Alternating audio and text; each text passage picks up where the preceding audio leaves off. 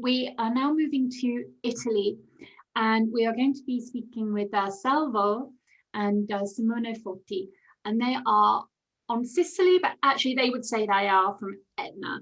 And Salvo and Simone are working really at this nexus where it's community regeneration, the respect and restored dignity to the really skilled agriculture that is required to tend really old, highly localized vine systems.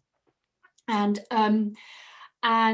they have set up a grower collective called Vigneri, which is all about restoring in a way that gives good lives to the growers who are working with very old alberello terraces on Etna, working with the native grape varieties, also working with very traditional heritage kind of rich methods of production. Wonderful wines. And I think that, you know, although clearly they have a great sense of sort of poetry and connection with their terroir, Salvo is a proper viticulturalist. He knows how hard it is to grow this stuff. And his whole project has been about restoring the respect that was once given to the skilled viticulturalists way back in the 1400s and bringing those skills back into the young generation and making sure not just that the vines survive, but the people, the skills to nurture them survive. So an incredible life mission, and I'll pass you over now. Hey Sarah, hi everybody. How are you? Good to see you guys. For this possibility and your consideration about us. Thank you. Fantastic. One of the best tastings I've ever done was with you on Etna, talking to you about soil types and these local grapes. But let's just a little talk about Etna, the region and the DOC. In the last 60 years, Etna's shrunk, hasn't it? From what, 30,000 hectares, and now I think the DOC is like 1,200 hectares, although it's now growing again. What happened to Etna, really? We have three things. The first is there's over the big market of unbottled wine from the South Europe to North Europe.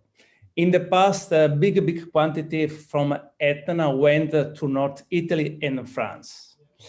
At the same time now, the production of the Etna is only for the bottled wine. The second is in the past is a farmer society. The people drank much wine. No, now no. And the other is important, is very important. The new viticulture has arrived in the Etna, in Sicily, in the Etna, is just for mechanization, a new grape, more productive, chemical fertilization, irrigation too. It is not possible, not unsustainable for the Etna viticulture. And this is the problem because the Etna disappeared about the. I mean, it's a little bit like what we found with Elias talking about what happened in La Mancha in the 1990s with the planting of international grapes rather than local ones. I mean, Etna, for people who've not been there, I mean, it's a crazy place. Occasionally, you see people posting videos of the mountain, the volcano exploding, and you talk about. I love this phrase. It's absurd order, you said, because it's got this active volcano. Just tell us a little bit about what are the advantages and the disadvantages of growing grapes on this amazing volcano, because it's got so many different terroirs, hasn't it? The Etna, for me, is the primordial chaos. And we have in this land all the climate in the world, all the volcanic soil, of course. And the particularity is because we have a possibility to cultivation in the vineyard in different altitude and different part of the volcano. At the sample, the vineyard is possible having 400 meters until 1,300 meters. And so the climate changed completely. Other, dependent on the part of the volcano, is more or less near the sea. The condition is different. And the other important is the soil. A soil is a primordial soil, is energetic, is a volcanic, is a new soil. Every eruption arrive in the Etna. And there is a lot of minerality in the soil, and this is important for the energy and the power for the vine and after of the wine. It's a very special, a unique particular land, I think, in the world. In this system is very particular. It's easy to produce this typical and special wine.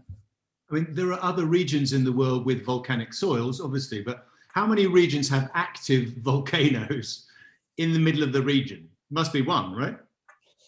I don't know, but sure, in Italy, the only very alive volcano is Etna. Etna is a volcano and a mountain too, because we 3,000 meters, no? It's a very special place. But of course, it's possible eruption. It's possible sometimes deduction. We implanted the vineyard, the lava, the Etna sometimes to take, again, the vineyard. Okay, no vineyard here. The next. I mean, it's not about old vines. I just wonder, are you ever scared when it erupts? I mean, do you think of Pompeii and think, oh God, they'll find me just under pumice stones? But for us, for example, is the normal life on the Etna. We live in addiction with the volcano, so we know that for us can be destructive, but we know also that we have very good possibility to implanting in the vineyard to live with the volcano. So it's a very we live in two different and opposite way. So we know that sometimes can be moved from Etna because probably they made an important eruption, so we lost all. But at the same time, we know that we have possibility to continue to live on Etna. It's like the life. It's like life. I mean, I looked at the list of grape varieties that are grown in the Etna region. It's a very long list, including one grape variety called Terribile. Yes, in the past, we have about more 100 different type of variety. Most of the old vines are Nerello Mascalese or Caricante. Yeah? Caricante or Grenache too, Minella too. Minella, yeah. Or Grenache. Grenache arrived in Nerello Cappuccio as well. Nerello Cappuccio, yes, it's the typical. Tell us a little bit more about those two very special grapes, about Caricante and Nerello Mascalese. Are they native grapes? Yes, it's absolutely. It's a native grape, and maybe I think 1,000, maybe 2,000 a year. We have this native variety in the Etna, and interesting because the Nerello Mascalese Caricante is the native grape of the Etna, but no, in every way in the Etna is a good variety for the cultivation of the vineyard, because it depends on the altitude, depends on the part of the volcano, and the soil too. And this native variety usually born only for the Etna area, not for the Sicily. In fact, when we planted this variety outside the Etna, it's not the same. Sometimes the result is not good for the wine, because this native variety is just selected just for the volcano area. It's very special. It's very typical. It's when the selection is the men, the people, the Etna people are created the co-evolution with the grape, with the people, and with the special terroir. This for me is fantastic. It's unique, no? I think in that video that we just saw, the photographs that we saw, there was an example of alberello. Yeah, this unique, well, not unique. I mean, it looks a little bit like the en échalas system that's used in the Rome, where it's a bush vine with a stake in the middle. Can you tell us a little bit about its history and you know, why was it employed in the first place, and is it still popular? Yeah.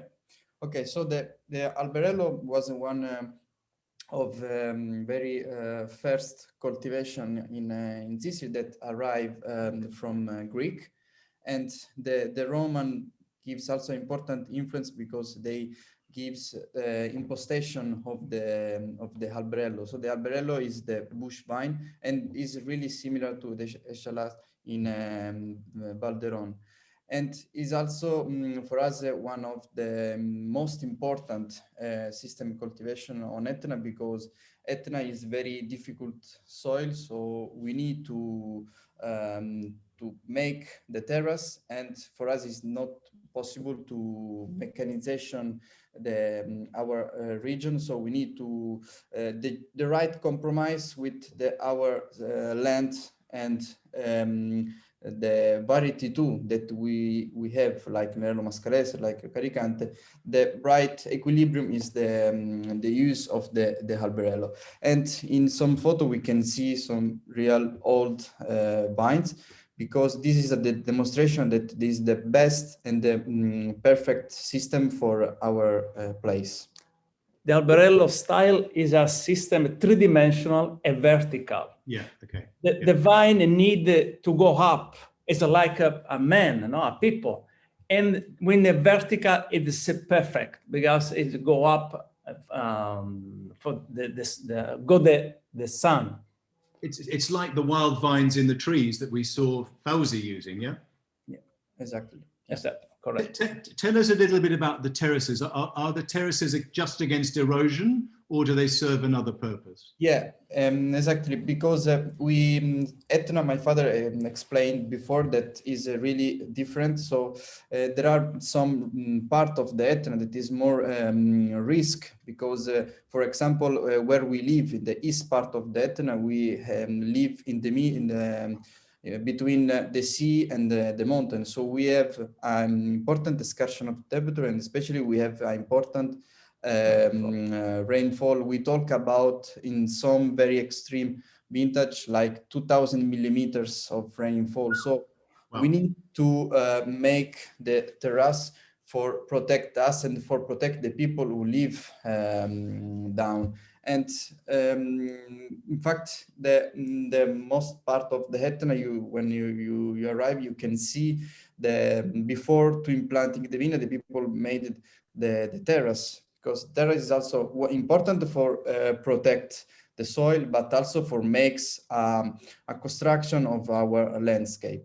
And okay, of course, we use only the stone, so the volcanic stone. And this is also a way to recuperate the stone from the vineyard and for makes something that is really particular and specific. Tell us a bit more about biodiversity, because it's a very rich mountain volcano in terms of its biodiversity. And I know, Salvo, you often say that that's a very important part of terroir. It's not just the vines and the soil and the climate. Biodiversity is very important to you. The biodiversity is a fundamental. It is the guarantee for the future, no? And in this case, the biodiversity we have, the different grape and in different ages of the vine in the vineyard, and especially all the vineyard for us mean in typicity, unicity, and it's very difficult to replicate it way. In fact, when we have the old vineyard, old vine, is important to protect. It's continuing, no? Just because it's like the old man. I am old man, you know. Passing my experience, no, in my son. The old vine in the vineyard, it's possible to pass the experience in a young vine. This is important. More biodiversity mean more tipicici e unicity wine in this case. Tell us also about your planting density, because the normal density is what, 3,000 to 4,000 plants per hectare, and you're at what, 9,000, which is pretty close to some Burgundian levels where people are at 10, 11, very high, but 9 is high, isn't it? What does that give you with old vines? In the Etna is the best compromise just for the quality and quantity. When you make a terrace, is very expensive in the money, expensive in the time and work. And when you have a little bit land or press the land, you won't have a good production for quality for wine, and at the same time a good quantity. And when you produce just 1 kilo for wine, in 1 hectare, 9,000 plants, mean 9,000 kilo. It's a good quantity, but in the same moment is a good quality. Is the good compromise found the vigneron on the Etna in the past. But the problem is non-possible mechanization. Okay, right. You have to work, we have to vine by vine, not vineyard. We don't cultivate the vineyard, we cultivate the vine. It's very important for me. So you work vines, not vineyards. Yeah, you work vines, not vineyard. Yeah. We know the old vineyard. We have the name for the old vine because we know a long time. No. So the choice is between 3,000 and 3 kilos, yeah, per vine, or 9,001, yeah. Yeah, but important the quantity. Usually, when you have 300 plants in 1 hectare, you know you want more. Especially you want for one wine 2 kilo, 3 kilo is the mechanization system, no industrial system. But when you produce 3 kilo per vine, it's different 1 kilo per vine. You need more fertilization, chemical fertilization, maybe irrigation. It's a different approach. It's different. It's a different equilibrium and the harmony. I mean, Sarah mentioned the cooperative that you founded in 1993, which is called I Vigneri, yeah, and it was based on a guild really that was set up in Catania, where you were born in 1435. You weren't born in 1435, but the guild was called the Maestranze dei Vigneri, yeah? And I love this idea. And watching your video, it's very moving, where you talk about cultivating people, don't you? I mean, just tell us a little bit about what the I Vigneri does really in 3 regions, in Etna and in Ragusa and on the island of Pantelleria. Sorry, for me it's a little bit difficult to talk with in front of the laptop. No, you're doing brilliantly. You know, I'm an old man. Like all the vine, I prefer stay in the vineyard. But okay, it's important. Okay, in those years in the past, the viticulture was fast change. In those years, introduced the new viticulture, the new grape quantity, and the mechanization. I thought I don't change. I want to continue. I want to improve all the tradition, the old viticulture and the Etna. And of course, when you want to continue this tradition, I need more workers, more people, because we have more hectare the vineyard. And I thought it's important to prepare the new men, the new people, just to take the experience from the old man, and to pass the new people. And when the other producer just change the vineyard for the new, the industry new, I to continue in this way is a very, very hard, because it's very difficult to cultivate the people. It's more difficult more difficult than cultivate the vineyard. But when I found in the old in the library the Maestranza dei Vigneri, I thought this is, for me, is my way to the first, the vineyard, the first, the producer, I put the people, I put the man, and continue in this way. And now is a good for us because we have the skill, we have the experience to continue like all the in tradition or all the way. Do you understand? Yeah, absolutely. It's like an apprenticeship, isn't it? I mean, it's very moving, guys. Do watch the video. I think Sarah will probably post it, I hope, on the site. But I love the thing you talked about. You're saying so often old people are left in squares in Italy, just, you know, to sit in a square and talk to their friends and die, and that their knowledge is not passed on. And you're basically, it's a flow of knowledge. And I like the way you talked about it and said that it makes people less selfish in a way, because they realize it's not just my vineyard that's going to die with me. I'm passing on my knowledge. And then in a sense, I am part of my vineyard that goes to the next generation. Yeah, it's important because in this way, you conserve, is a conservative viticulture. You conserve your terroir. Yeah. Because in definitive, for me, for us, the wine is a instrument, is a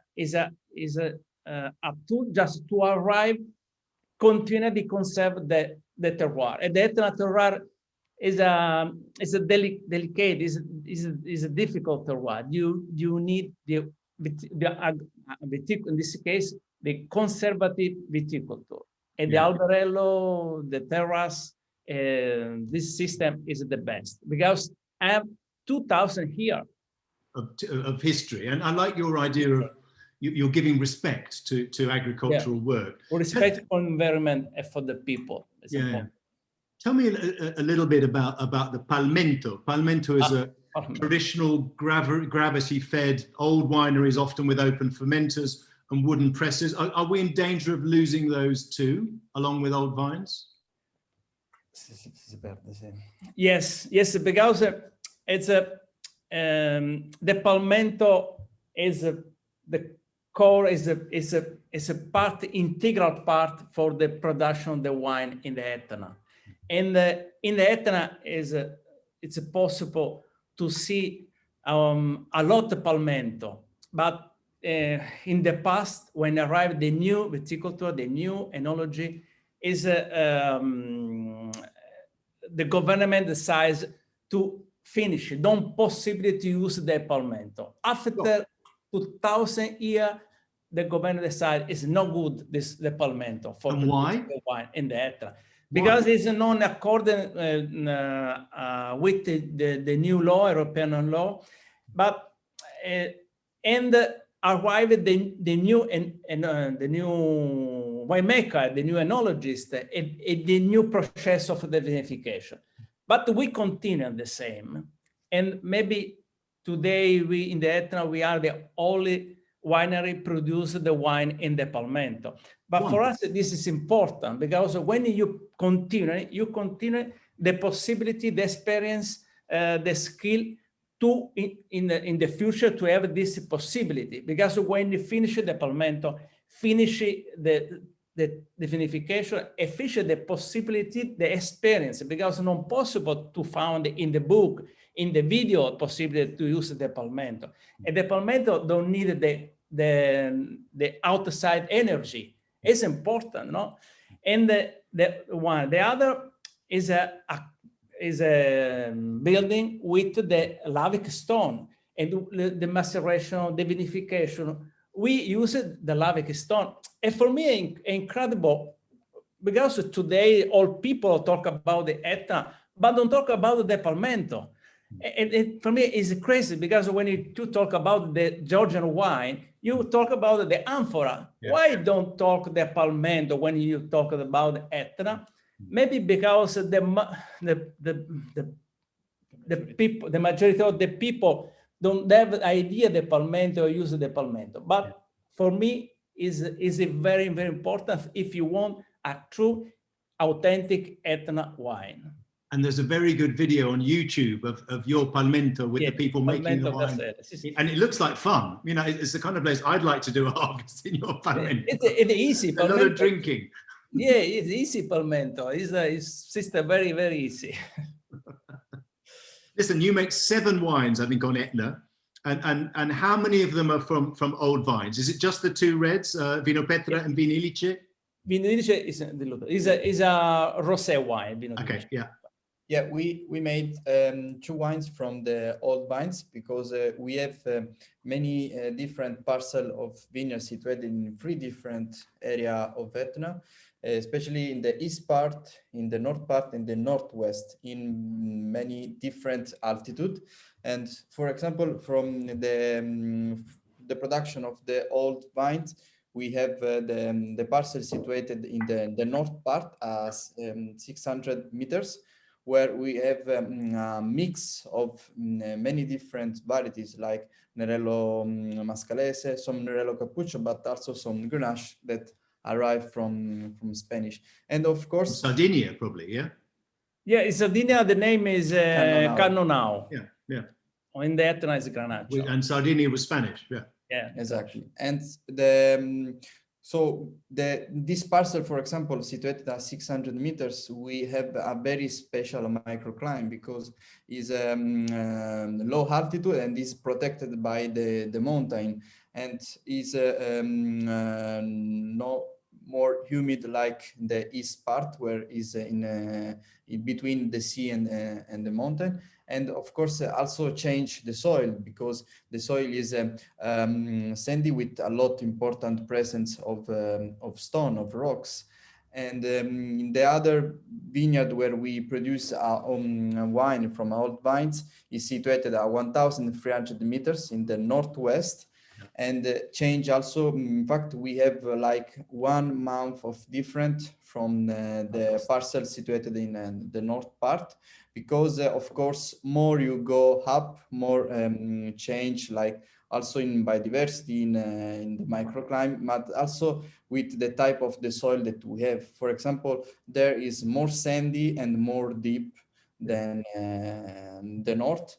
And we have also other different grapes. For example, you don't find Nerello Mascalese because Nerello Mascalese there have problem to arrive a good maturation. So you find more Grenache, you find like Minella Bianca, Minella Nera, like some Trebbiano that here in Sicily they call Coda di Volpe, but is not Coda di Volpe from Campania. So it's a mix. And for us, for have more respect of the old wines, we just harvest all together, and we blended this percentage of white and red, and we made a rosé. And sometimes we make a rosé that is still, and sometimes is sparkling, because it's dependent by the vintage, if the alcohol is good or not.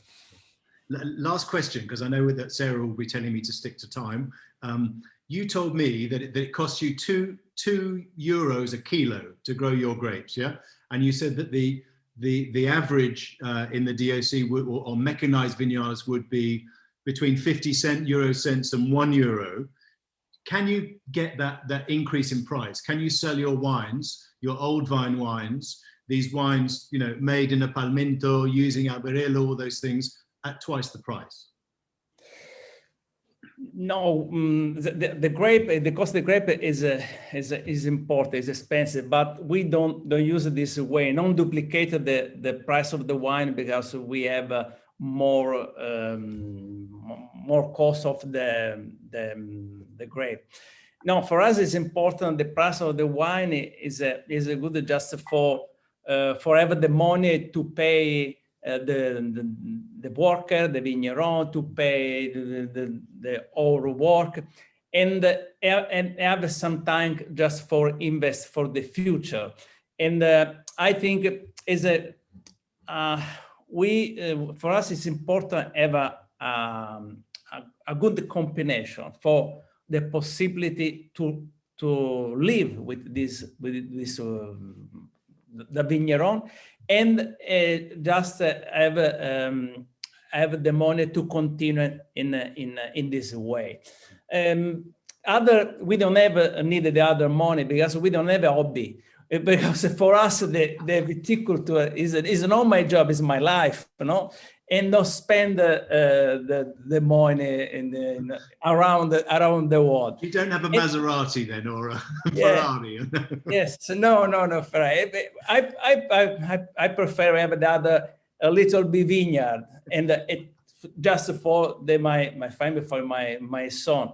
For us, is important to find the equilibrium, the harmony for life, for job, for a good life. And the Etna is possible to have a good life because we have a good place. Apart from the eruptions. Yeah, no, the Russian is okay, but in the world we have the other big problem. Yeah, there are bigger eruptions going on in the world. Yeah, on the Etna. No, it's a good life here, a good life because we have good wine, a good food, a good company, and it's okay. It's okay. Thank you. I think that was fantastic. I love the idea of equilibrium in life and also in the vineyards. I love the idea of the palmento, of you preserving the terraces and the alberello system. And most of all, I like the idea of primordial chaos.